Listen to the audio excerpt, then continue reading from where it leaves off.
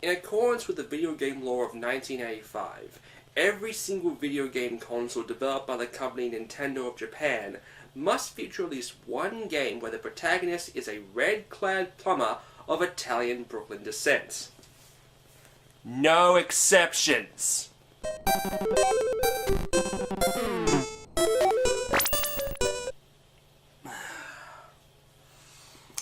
This week on Gamecube Month, Super Mario Sunshine.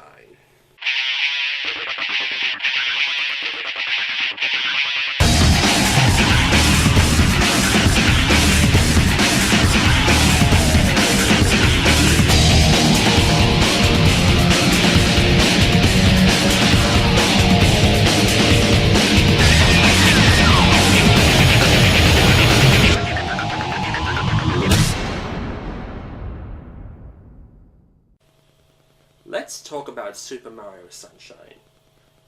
Our first preview for this game came at the Space World Expo in 2001. And if gamers weren't dumbstruck enough by the preview of Wind Waker, they were completely disheveled by what we got from Super Mario Sunshine.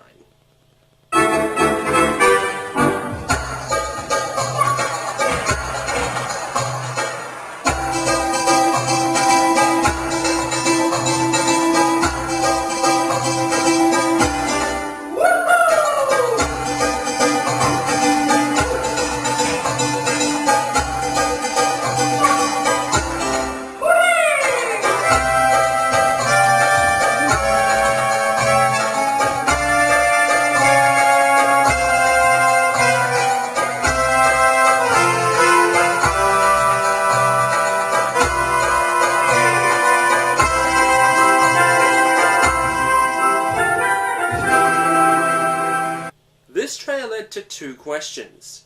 What happened to the Mushroom Kingdom? And what the fuck was on Mario's back?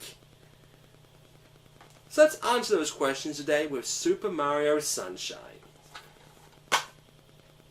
But before we do, let's talk about the Gamecube discs. See, unlike the PS2 and the Xbox, Nintendo decided for their first disc-based console to use 80mm discs instead of the standard 120. You may say these are mini DVDs, but that's not actually true. You see, to curb licensing fees from the DVD forum, which are basically the high committee on DVDs, Nintendo worked with Panasonic to create their own optical discs. This is one of the reasons why you've never seen a DVD player in a Nintendo console. Another interesting fact is that unlike regular DVDs, which data is burned from the inside to the out, Nintendo discs are done reverse, the outside to inside. This is mainly done to curb piracy, as most, if not all, home DVD readers can't read them. So we open up on Mario, Peach, and Toad Sr. on a plane heading to the island of Delfino for a much-needed vacation. Hang on, where's Luigi? Ugh, and I bet Yoshi's in the game. Oh, god damn it! During the trailer video, Peach sees a shadow of what she thinks is the offspring of Mario and Mr. Game & Watch. We then see the characters landing on the airstrip and get a scene featuring talking toads of all things, before discovering a giant amount of paint covering the landing strip.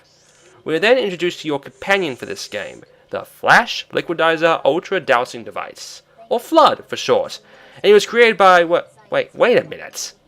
Gad? As in Professor Egad? From Luigi's Mansion? Well, fuck it, look who's can now. Great. My question to you is, when did he switch from paranormal investigation to water dousing? The FLUDD has two main functions.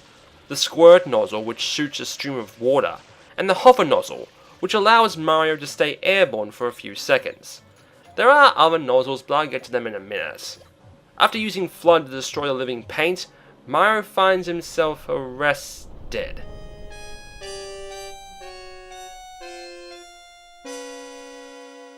It appears the island of Delfino has been vandalized by a large amount of weird paint, with the perpetrator showing himself to be Mario. Despite having an airtight alibi, he is sentenced by the judge to clean up Island Delfino, and he cannot leave until he does. Oh no! Stuck on a tropical island! That is a fate worse than death!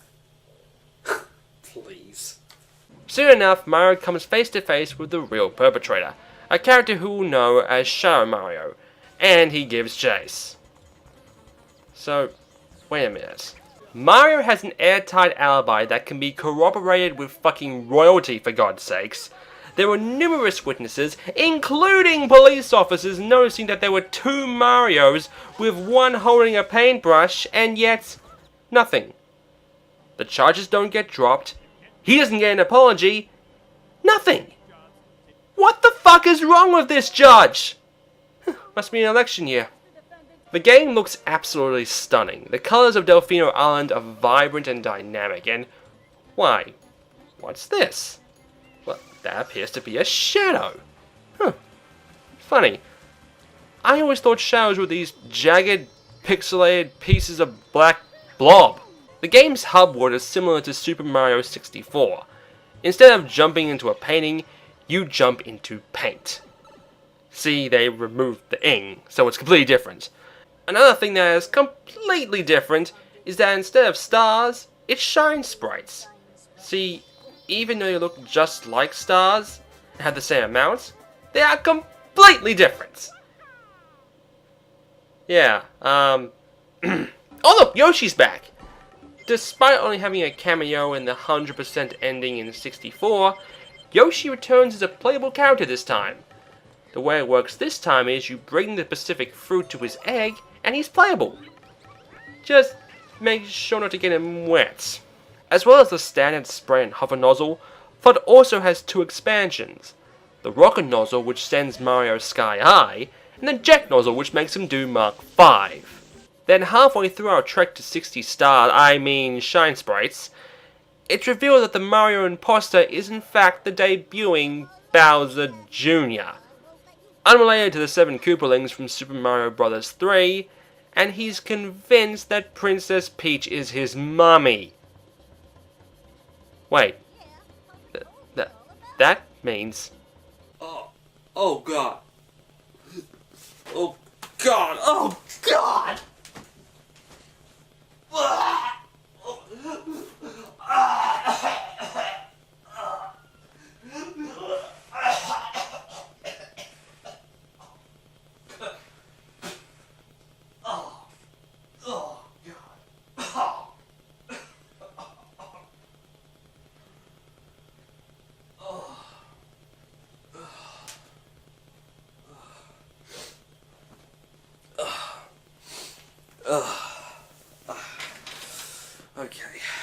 Okay, I'm good.